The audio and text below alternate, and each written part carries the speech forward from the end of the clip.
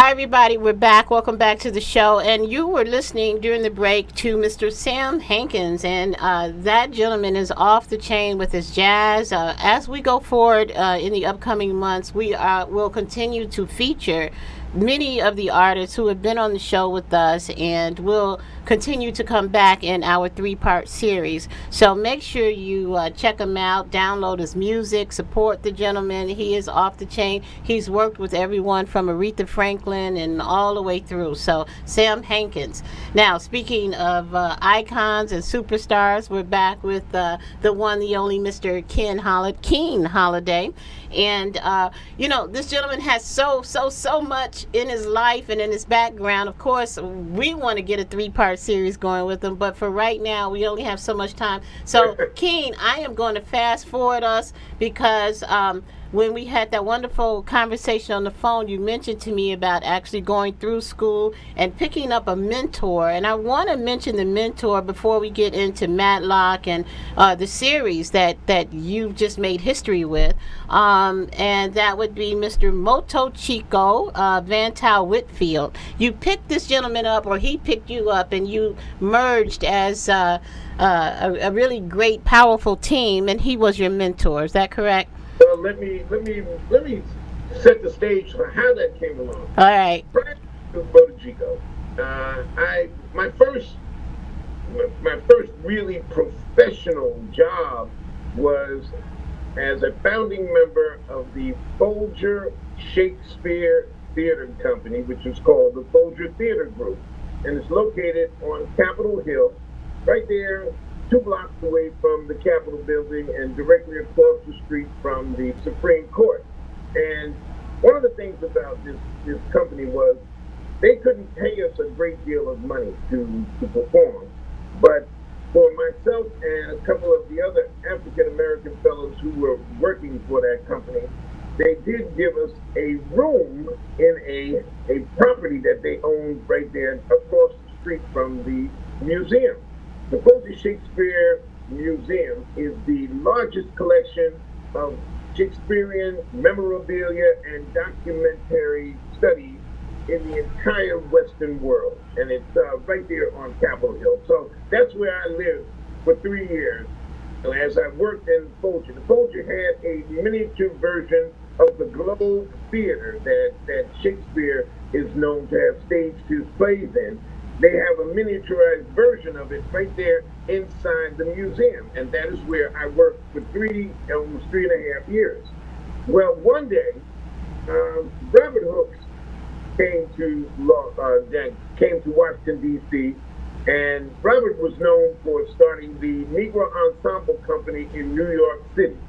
And Robert came to Washington and had a press conference where he announced his intention to start an African American professional theater company in Washington, D.C. So, of course, I was there when he made that statement. And I took myself and my cadre of associates from the University of Maryland. I didn't get to tell you that part, but there wasn't that many black folks in the theater department. So I had to go out and recruit folks to come and be with me so I could have people to work with when I was doing my acting work or my directorial work.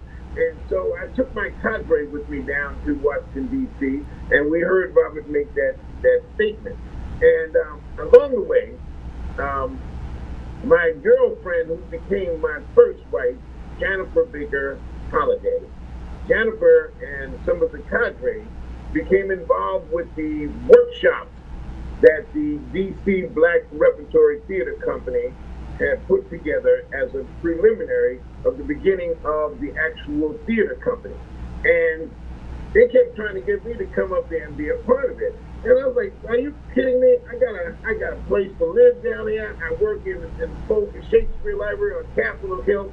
I'm not going anywhere to do any workshops. Are you kidding me? I'm done with workshops. No, everybody does workshops. You need to come on up there. It's like it was all black. I'd never worked in an all-black environment before, and I was making a couple dollars. I was not in a rush to go there. As much as I love Robert, I did not want to do any workouts. So anyway, one day we're doing a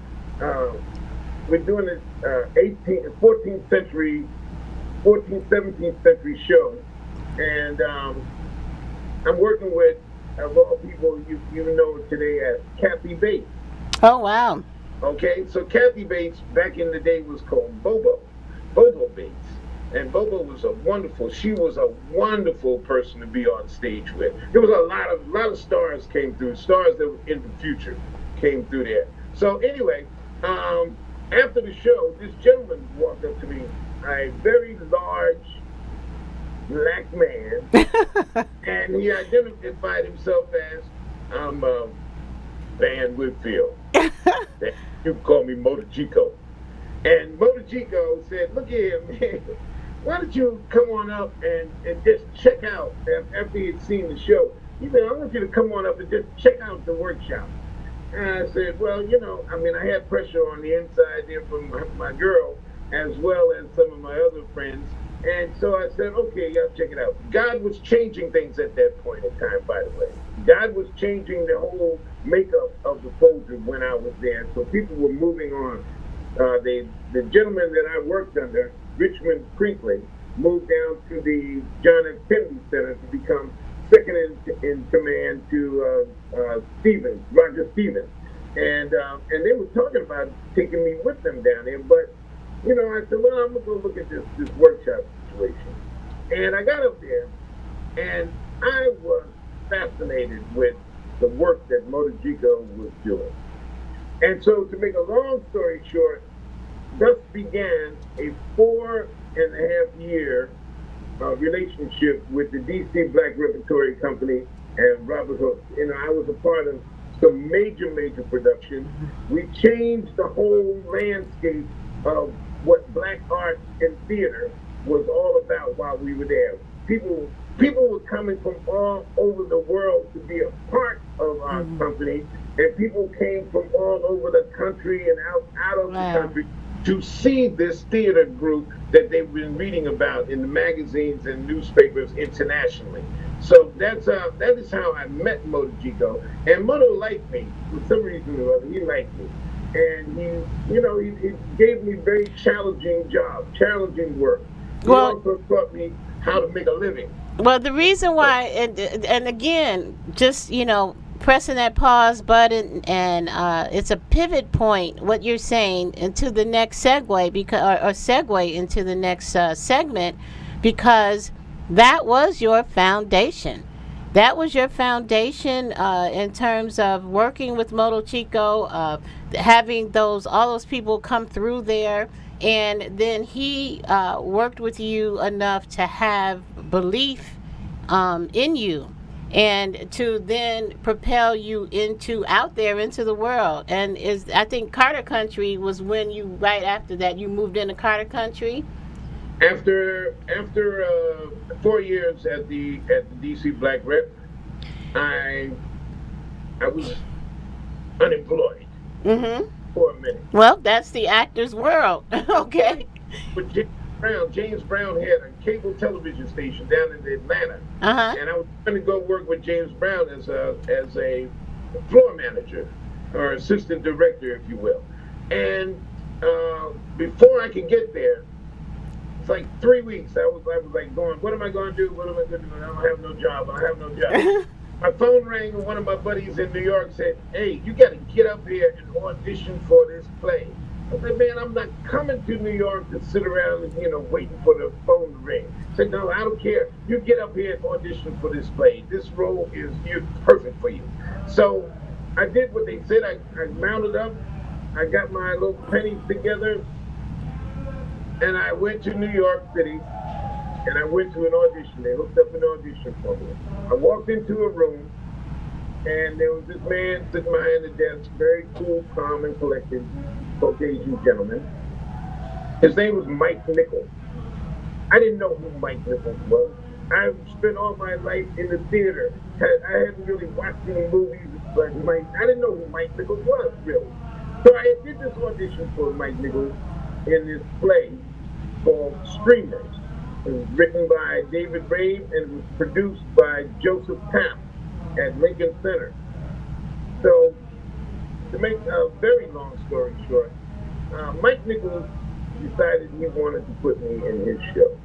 and I replaced an actor by the name of Dorian Harewood. Dorian had opened in the show, and within a month had acquired a pilot out in California, so he had to leave the show. They left this opening for me. They were going to run the show for 3 weeks. When I got in the show, the whole thing just blew up and just became the hottest show in New York. People were coming from everywhere to the Mitzi Newhouse Theater at Lincoln Center to see streamers. Myself, Peter Evans, Peter Metcalf, and Peter Weller. I know they're gonna get me some Metcalf. Forgive me, Metcalf. But Peter Weller and a whole crew of veteran actors, Dolph Sweet and Kenny McMillan, Phil Bosco. I mean, just a ton of great actors on that stage. And one night I came out the door after the show. I played Carlisle. I was shake people up. People passed out in our show. People fell out it was done in the round kind of, and so there were chairs and seats right on the edge of the stage. People would pass out, fall on the stage. Me and Peter Well would step over and keep going. I got to talk to you though first about, at this point in time, I got to introduce you to a friend of mine, because see, Bonajico also taught me the power of being a black writer and how to take the poetry of black writers and turn them into magnificent stage pieces. So, and there, I've got to hit you on that, because that's going to open up our segue, speaking of writing, because we are running really quick on time, to it's a break here. I called you a break for you.